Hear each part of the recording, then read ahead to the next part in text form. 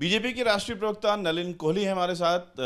चंडीगढ़ में कांग्रेस प्रवक्ता ने बाकायदा प्रेस कॉन्फ्रेंस की है और 3 महत्वपूर्ण बातें उन्होंने बताई कि 21 लाख करोड़ का एनपीए में वृद्धि हुई है मोदी सरकार के पिछले 7 सालों में। 8 लाख करोड़ रुपए वेव ऑफ कर दिए गए, यानी बट्टे खाते में डाल दिए गए जनता के। और इसके अलावा 5 लाख करोड़ से ज़्यादा का बैंक फ्रॉड हुआ है। कांग्रेस पार्टी कहीं ना कहीं शायद बौखला गई होगी, क्योंकि हर जगह कांग्रेस किसी भी राज्य में जहां पर चुनाव हो रहे हैं वहां दिख ही नहीं रही है। और जो प्रश्न कांग्रेस पार्टी से पूछे जा रहे हैं तो उसका जवाब नहीं है।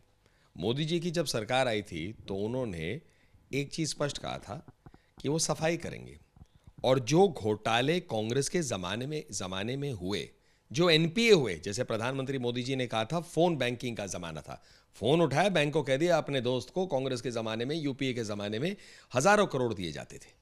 तो वो जो जमाना था, वो घोटालों को आज उजागर हो रहे हैं, उन पे कार्रवाई हो रही है।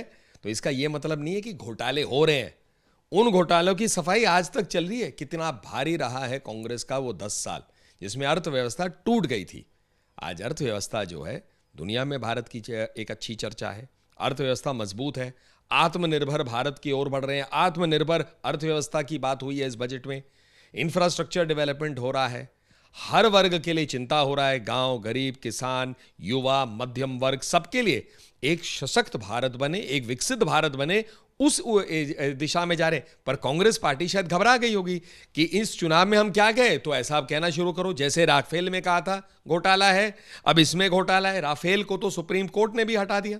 तो कांग्रेस पार्टी सिर्फ आरोप लगा रही है, कहीं ना कहीं अपने हिसाब को बताने से भागने के लिए। एबीजी शिपयार्ड का जिक्र करते हुए उन्होंने कहा कि ये जो घोटाला हुआ, 5 साल की पहले देरी की गई, घोटाले में शामिल लोगों को भागने दिया गया विदेश, और उसके बाद 7 फरवरी को अंत में जाकर के एफआईआर दर्ज हुई। ये सारे आरोप लगाने की बात हुई। जितने घोटाले हुए, जो लोग देश छोड़ के गए, भाग कर गए, भगौड़े हुए, उनको पैसे कब मिले थे? पैसे यूपीए कांग्रेस की सरकार में मिली। जैसे प्रधानमंत्री मोदी जी ने कहा, फोन बैंकिंग के माध्यम से फोन उठाया, बैंक को कह दिया दोस्त को पैसे देना दे दो। ये सब जो है भागे एक एक करके। कभी ऐसी कार्रवाई देखी होते हुए? विदेश में हमारे अफसर हो, हमारी लीगल टीम हो, लगे हुए हैं। कभी देखा था कि बिचौलियों को वापस लाया जाएगा, हेलीकॉप्टर डील हो या कुछ? तो सफाई का काम हो रहा है, घोटाले नहीं। वो जो घोटाले कांग्रेस पार्टी के जमाने हुए, उसी की सफाई आज चल रही है। हो सकता है कि कांग्रेस पार्टी पिछले कुछ दिनों में, खासकर अगर हम देखें, डॉक्टर हेमंत बिस्वा शर्मा जी ने कई प्रश्न उठाए हैं राहुल गांधी जी पे। तो अब राहुल गांधी जी पे जब प्रश्न उठाए गए तो कांग्रेस को लगा होगा भाई बचाओ, कोई नई चीज उठाते हैं ताकि जो है अब हम जो है जवाब ना दे सके कि हमने सेना का क्यों अपमान किया, हम क्यों सबूत मांगते रह गए, हमने मोदी जी के खिलाफ अपशब्द जो किए, इस पे प्रश्न उठ रहे हैं, तो हम क्यों इस पे जवाब दें।